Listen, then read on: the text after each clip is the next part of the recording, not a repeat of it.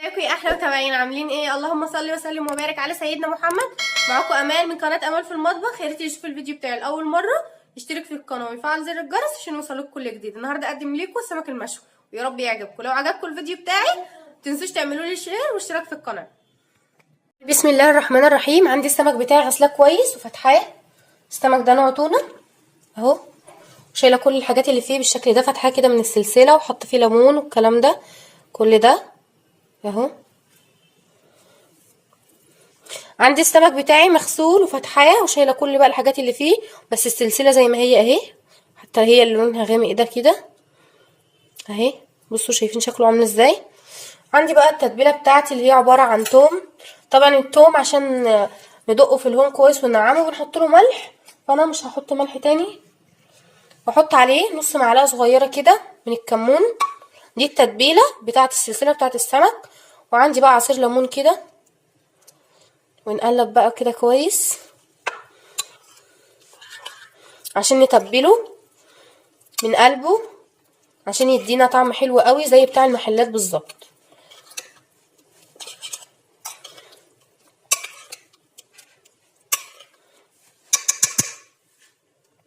كده تمام. عندي التتبيله جاهزه. بصوا شايفين لونها عامل ازاي. الليمون بقى بالكمون بالثوم مدي ريحه جميله جدا قوي اهو. بصوا شايفين. هبدا ان انا اعمل ايه بقى. هجيب السمكه بتاعتي اللي انا غسلاها ومنضفاها كويس، وهاخد من الخليط ده واحطه كده وافرده على السلسله. وسع وهفرده على السلسله بتاعت السمكه هي كده، عشان اخلي الليمون والثوم تشرب منه كويس. لازم احطها في السلسله كده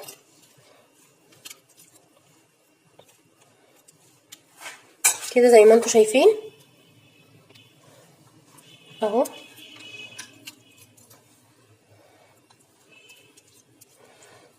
واروح قافلاها كده وركناها على جنب، وهجيب واحده تانية واشتغل وابدا ان انا اشتغل فيها برضو نفس النظام بالشكل ده. انا عايزه السلسله كلها تاخد من الخلطه اللي احنا عاملينها الجميله قوي دي، عشان تتبل السمكيه صح، عشان تديني طعم كويس. واروح قافلاها كده وشايلاها كلها بالشكل ده. عايزه اسيب بس معلقه من الخلطه بتاعتنا الجميله دي عشان نعمل بيها السلطه بتاعه السمك. سيبه بقى يتبل كده شويه لحد ما نجهز السلطه بتاعته اللي هي بقى هنشوفها دلوقتي مع بعض. سيبه بقى على جنب كده ونبدا ان احنا نجهز. الطاسه عندي على النار كده، نزلت كده معلقتين من الزيت عشان اشوح الخضار بتاعنا اللي هو عباره عن ايه. هسخن بس الكلام ده كويس. وعندي معلقه الزيت بتاعتي بدل ان هي تسخن، هنزل كده ببصلايه تقطيع عشوائي. انا مش هديها لون ولا هحمرها ولا هعمل فيها حاجه، انا هديها كده صدمه بس خفيفه عشان ابدا انزل بالخضار. طماطم مقطعه وفلفل، فلفل شطه وفلفل رومي عادي مش حامي. ديت السلطه بتاعه السمك. وطبعا كزبره، عايزاه بس يفقد شويه من الميه اللي فيه كده. الدنيا تمام قوي. بصوا شايفين اهو. هنزل بقى بطماطم مقطعه عشوائي برضو بالشكل ده، تبلهم بس شويه مع بعض. وعندي فلفل اخضر، وعندي بقى معلقه هنا من الثوم على الليمون على الكمون اللي احنا كنا عاملينه للسلسله بتاعه السمك. وهنزل بقى عليها كده عشان يدينا ريحه عاليه وتست عالي قوي للسمك. ونقلب كده. احنا مش هنسوي الخضار، احنا بس هنديله تشويحه خفيفه كده مع بعضه. طبعا احنا لسه ما بهرناهوش خالص. هقلب بقى كويس.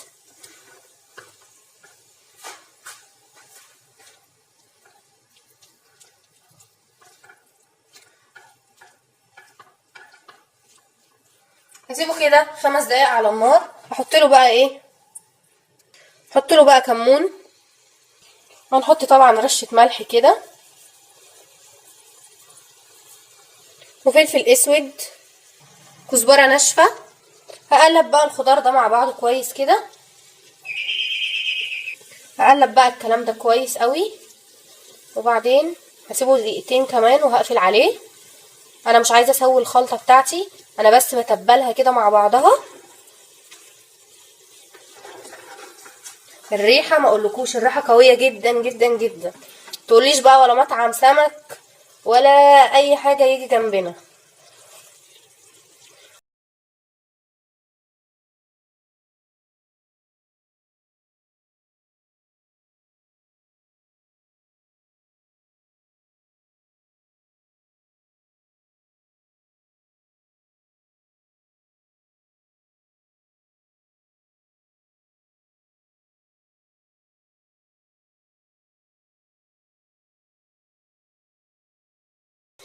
هنشوف بقى هنعمل ايه تاني. كده خلاص، انا مش عايزاها تسيب اكتر من كده، عايزاها بالميه بتاعتها بكل حاجه كده فيها، ونحطها على السمك بتاعنا. هقفل بقى عليها، نشوف هنكمل ايه. جبت عندي سمكيه كده عشان انا عايزه افلفلها. انا بصوا بقلبها كده وابدا كويس، ان انا بقلب معاها هعمل البهارات كده زي طبق حواليها. بعد كده خلاص السلوفان تنزل بس الصوص بتاعها كده عشان اخد المقاس. تنزل الصوص بقى ويتقلب، بياخد تشويحه كده ويشم الخضار كله مع بعضه. وبعد كده خلاص زي ما انتوا شايفين كده قدامكم.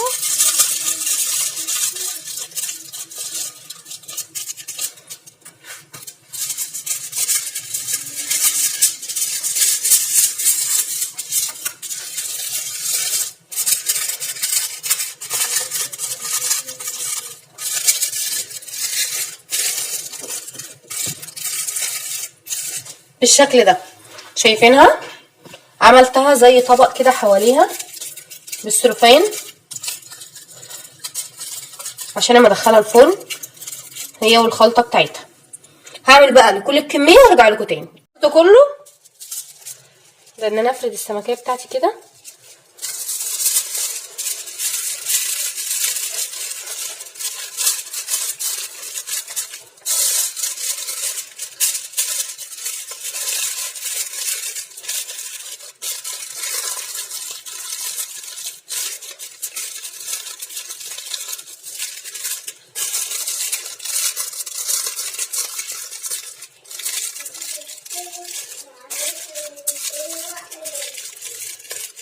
كده ده بقى شكلها. عايزه بس افردها كويس كده. خلاص هخلص بقى كل الكميه بالشكل ده. طبعا اللي حابب مش يعمل ورق سلوفان عادي، بس انا حباه بالورق السلوفان. وارجع لكم تاني.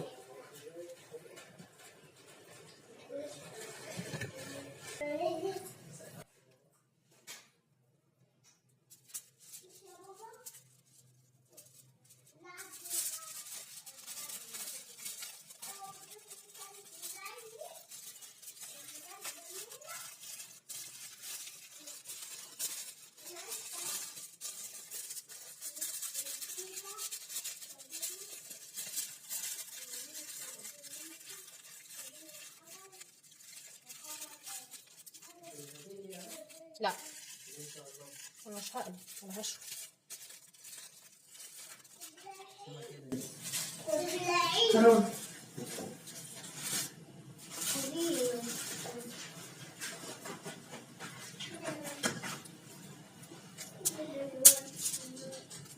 مش عايزين بهدلة، مش عايزين بهدلة.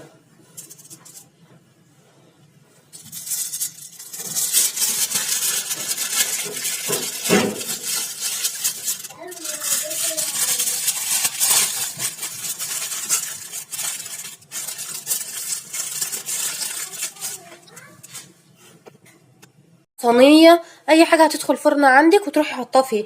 طبعا انا رصيته بالشكل اللي انتوا شايفينه ده. هبدا بقى ان انا اخد من الخلطه كده وافردها على السمك. نسيت اقول لكم على حاجه برضو، ان انا حطيت على كل سمكيه يعني يعتبر معلقه زيت قبل ما احط الخلطه دي.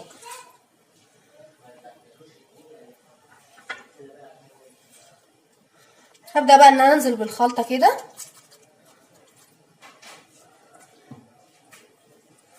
واضغط عليها كده عشان بقى الصوص اللي فيها والمية اللي فيها ده السمك يتشربها ويستوي فيها كده.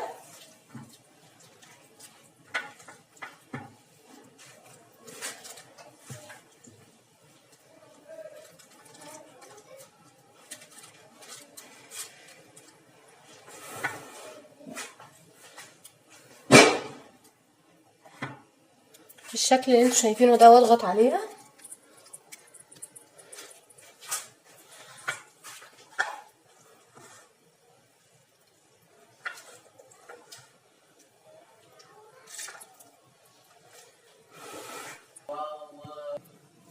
كده خلاص خلصت الخلطة كلها.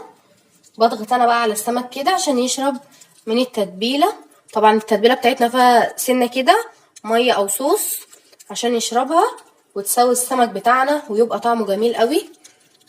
طبعا نسيت اقول لكم ان انا حطيت شوية كزبرة خضرة كده، قلبتها في الخلطة، افتكرتها في الاخر بصراحة وانا بخلص، فرحت حطاها عليها كده، وبقى بالمنظر اللي انتوا شايفينه ده.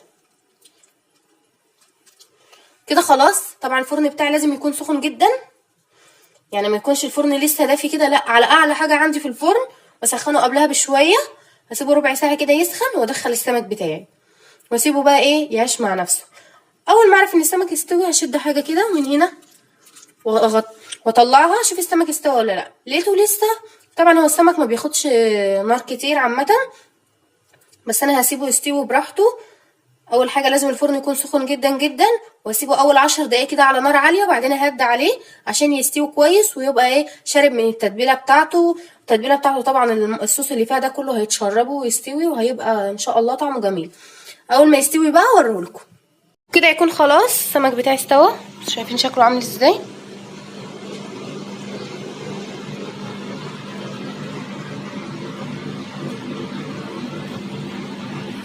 بصوا ريحته مش قادره اقول لكم جنان.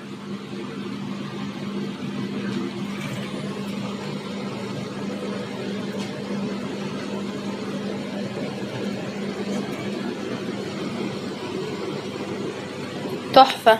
هوريكم بقى استوى ازاي. هوريكم بقى واحده من جوه. بصوا شايفين شكلها عامل ازاي؟ شايفين السمك مستوي ازاي ودايب زبده خالص اهو. اتمنى يكون عجبكم. ما تنسونيش بقى في لايك وشير واشتراك في القناه وتفعلوا زر الجرس عشان يوصلكوا كل جديد.